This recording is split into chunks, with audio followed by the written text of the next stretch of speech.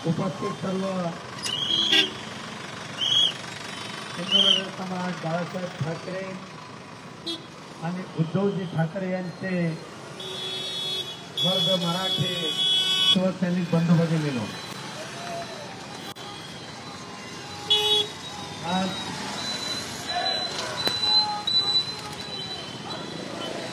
आपले शिवसेनेचे सहसंपर्क प्रमुख विजयराव देवणे यांच्या संकल्पनेतून शिवसेनेची मशाल आज या सार्वजनिक ठिकाणी अत्यंत डौलाने उभी राहिलेली आहे। या प्रसंगी उपस्थित असलेले उपनेते संजय पवार, आमचे शहर प्रमुख रविकिरण इंगोले, आमचे माजी आमदार आणि उद्याचे सुद्धा आमदार उल्हासदादा पाटील, व्यासपीठावर उपस्थित असलेले सर्वच पुरुष, महिला, युवा सेनेचे पदाधिकारी, पत्रकार आणि बंधू भगिनींनो, खूप आनंद झाला विजयराव आजच्या या कार्यक्रमाला उपस्थित राहत असताना।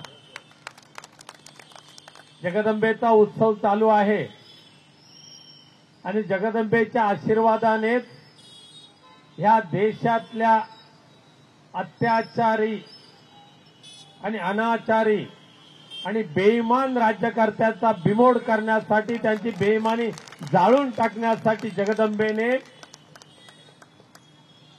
ही मशाल उद्धव साहेबांच्या हातात दिली, तुमच्या आमच्या सर्वांच्या हातात दिलेली आहे।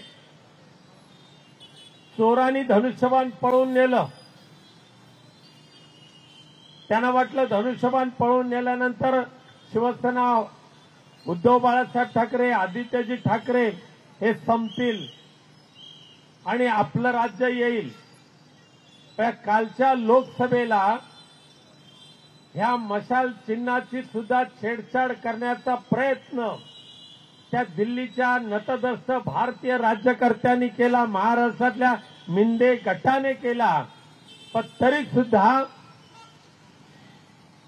या महाराष्ट्रामध्ये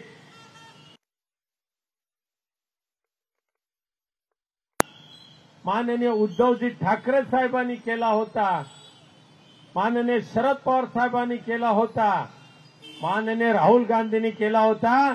या निर्धारामध्ये भारतीय जनता पक्षाचा सपडा साफ झाला आणि पुन्हा एकदा महाराष्ट्राने दाखवून दिलं, हा मर्दांचा महाराष्ट्र आहे, हा प्रामाणिक कार्यकर्त्यांचा महाराष्ट्र आहे, छत्रपती शिवाजी महाराजांचा महाराष्ट्र आहे, तसा जगदंबेचा महाराष्ट्र आहे आणि हा महाराष्ट्र हिंदू हृदय सम्राट बाळासाहेब ठाकरेंच्या निष्ठावंत कार्यकर्त्यांचा आहे।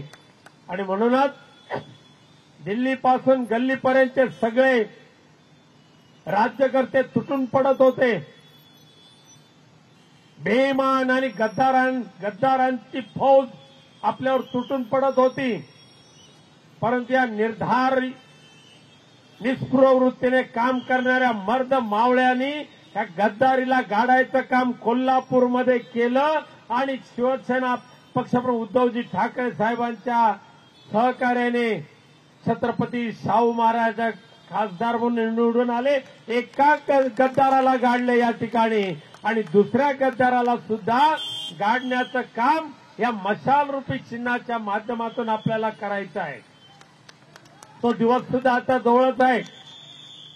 शिवसेनेला संपवण्याचं अनेक जणांनी प्रयत्न केले, पण ज्यांनी शिवसेनेला संपवण्याचा केविलवाना प्रयत्न केला ते संपले, पण शिवसेनेचा भगवा झेंडा मात्र कायम फडकत राहिला आणि या विधानसभेमध्ये सुद्धा संपूर्ण महाराष्ट्रामध्ये भले नरेंद्र मोदी साहेब येऊन देत, अमित शहा येऊन देत, गद्दारांची फौज येऊन देत, किती जणांना यायचं त्यांनी या महाराष्ट्रामध्ये महाविकास आघाडीचं सरकार आल्याशिवाय आणि ते येण्याला कोणी थांबवू शकत नाही। दिल्लीकरांनो किती आपटायची तेवढी आपटा, परंतु हा महाराष्ट्र तुमच्यासारख्या बेईमान लोकांना थारा देणारा नाही आहे. तुमच्यासारख्या मुजोर लोकांना थारा देणारा नाही आहे. आज मला आनंद होतोय. मराठी भाषेला अभिजात भाषेचा दर्जा आज मिळालाय. पण हा अभिजात भाषेचा दर्जा देऊन नरेंद्र मोदी सरकारने मराठी भाषेवर फार मोठे उपकार केलेले आहेत असं कोणी समजू नये. आम्ही सर्व खासदारांनी आणि महाराष्ट्रातल्या मराठीच्या विचारवंतांनी ज्या पद्धतीने मागच्या 10 वर्ष लढा दिलेला आहे. इतर सगळ्या भाषेना ताबडतोब अभिजात भाषेचा दर्जा मिळत होता, परंतु मराठी भाषेला न्याय मिळवण्यासाठी 10 वर्षापेक्षा जास्त लढा द्यावा लागला.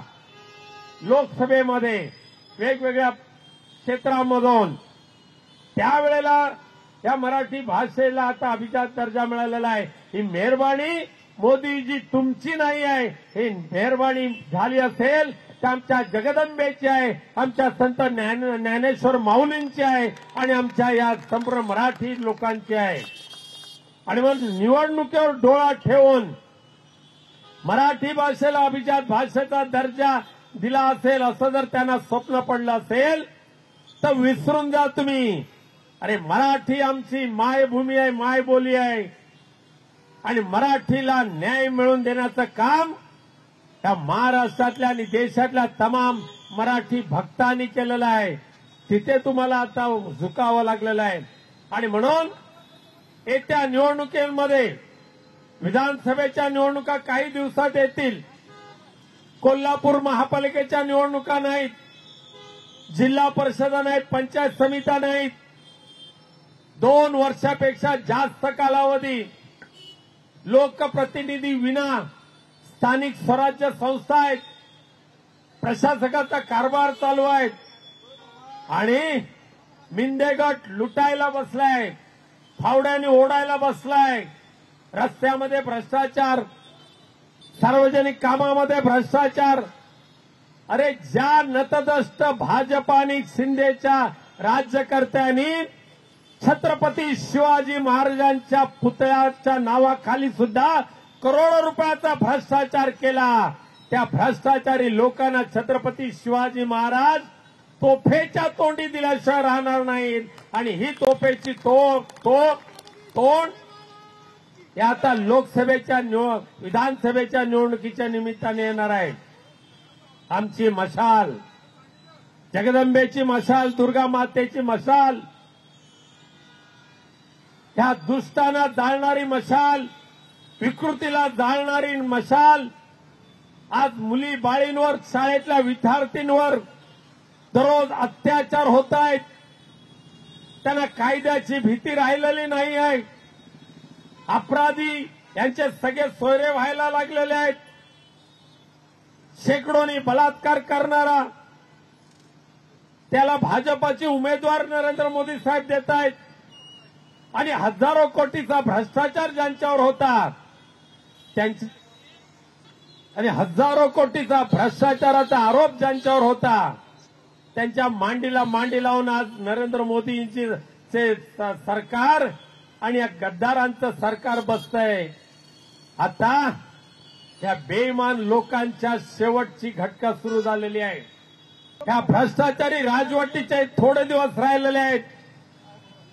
अत्यंत प्रामाणिकपणे महाराष्ट्राची सेवा करण्याचं काम ज्या उद्धवजी ठाकरे साहेबांनी मुख्यमंत्री पदाच्या कारकिर्दीत केली, त्यांच्या हातात पुन्हा एकदा महाराष्ट्राची सूत्र यावीत अशा या महाराष्ट्रातल्या 13 कोटी जनतेची इच्छा आहे. जगदंबेकडे प्रार्थना केलेल्या आहेत. तुम्हा सुद्धा सर्वांना विनंती आहे, एकजुटीने उभे राहा, एक दिलाने उभे राहा आणि येणाऱ्या विधानसभेच्या निवडणुकीमध्ये या भ्रष्टाचारी भाजप आणि गद्दार लोकांना गाडून टाका आणि आपला भगवा झेंडा फडकवण्यासाठी मशाल प्रज्वलित करा लोकांच्या हृदयामध्ये, लोकांच्या मनामध्ये, अशी प्रार्थना करतो. आणि विजयराव खरोखरच तुमचं कौतुक करायला पाहिजे. एक मशाल लोकांच्या हृदयात तर पोचलेली आहेत, पण हे मशालीचं तेज तुम्ही या ठिकाणी उभं केलेलं आहे. संजयराव तुमचे सहकार्य त्यांना आहे. रवी किरण इंगोले आमचे शहर प्रमुख आहेत.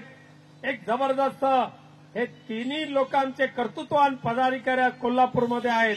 त्यामुळे कोल्हापूर उत्तर हा आपलाच असला पाहिजे, ही जी काय मागणी आहे ती मागणी पूर्ण करून घेण्यासाठी शिवसेना पक्षप्रमुख उद्धवजी ठाकरे साहेब योग्य ते प्रयत्न करतील. परंतु तुम्ही निर्धार करायला पाहिजे. पुन्हा एकदा कोल्हापूरवर मशालीचाच आपला आमदार निवडून येईल अशी खात्री तुम्ही द्या, एवढी विनंती करून माझे 2 शब्द संपवतो. धन्यवाद. जय जय महाराष्ट्र.